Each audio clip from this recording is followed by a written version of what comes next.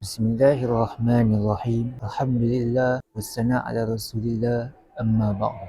Bertemu lagi kita di dalam siri tadabbur. Pada kali ini kita akan tadabbur surah Al-Kautsar. Surah Al-Kautsar ini memiliki 3 ayat yang mana ia diturunkan sesudah surah Al-Adiyat di Makkah Al-Mukarramah. Surah ini saya dapat katakan surah yang paling pendek di dalam Al-Quran Al-Karim. Mengapa ia diturunkan? Sebab pertama adalah orang-orang musyrikin tidak henti-henti memburukkan baginda Rasulullah. Kata mereka, pengikut Rasulullah terdiri dalam kalangan orang-orang yang lemah, tiada golongan bangsawan, tiada pula dalam kalangan mereka yang berkedudukan tinggi.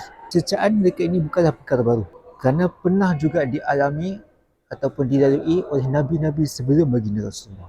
Seperti Nabi Nuh alaihi salam. Seperti mana ada direkodkan, "Wama naraka taba'aka illa allazina hum araziluna badiyar ra'i wa ma nara lakum alaina min fadl bal nazunnukum kazib." Tidaklah kami lihat di kau, hai Nuh, mereka yang ikut kamu itu adalah orang-orang yang lemah, dan kami tidak pandang kau memiliki kelebihan mengatasi kami, bahkan kami pandang di kau adalah orang yang dusta.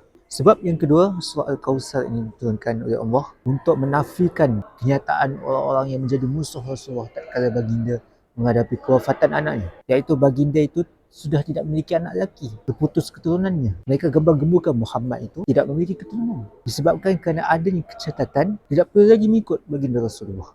Bahkan mereka sampai gembira kerana pengikut-pengikut Rasulullah itu tidak ada. Inna a'tainakal kautsar, sesungguhnya kami kurniakan kepada dikau nikmat yang banyak.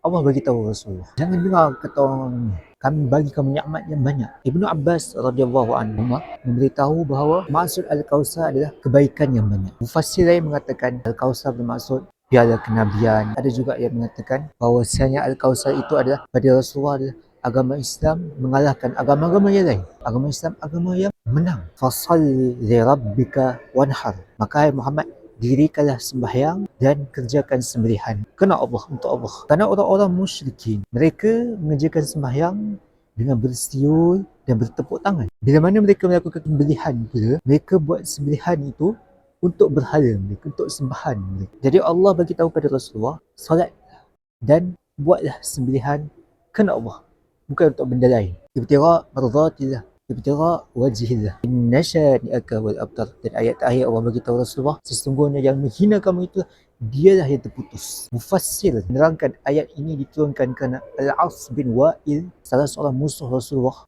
Al-As bin Wa'il ini telah menghina Rasulullah tatkala baginda Rasulullah menghadapi kewafatan Al-Qasim, anak baginda.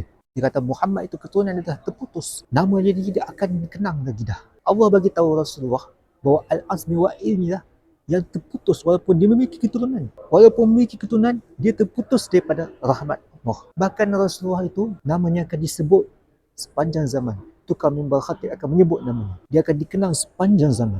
Umat Islam yang tidak sempat dengan baginda Rasulullah akan menyebut, mengenang baginda Rasulullah. Agama Islam yang baginda sebarkan itu akan terus disemarakkan, dimartabatkan, dijulang kerana baginda Rasulullah. Jadi tiga ayat daripada surah Al-Kautsar ini berikan makna yang mendalam kepada kita semua. Walaupun pendek, tetapi sebenarnya di sebalik penurunan ayat itu rentetan daripada peristiwa yang cukup mencabar bagi baginda Rasulullah.